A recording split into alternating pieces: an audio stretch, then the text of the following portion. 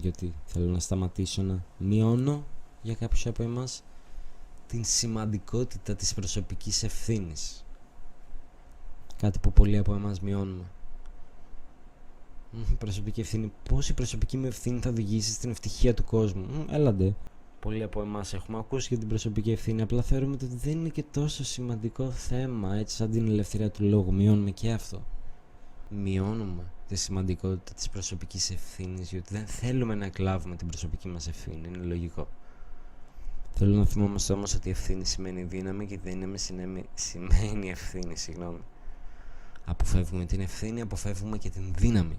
Αποφεύγουμε και τον έλεγχο που μπορούμε να έχουμε όταν και όπου μας επιτρέπεται να έχουμε έλεγχο, που όπως είπα είναι πάντα ο ίδιος μας ο εαυτός.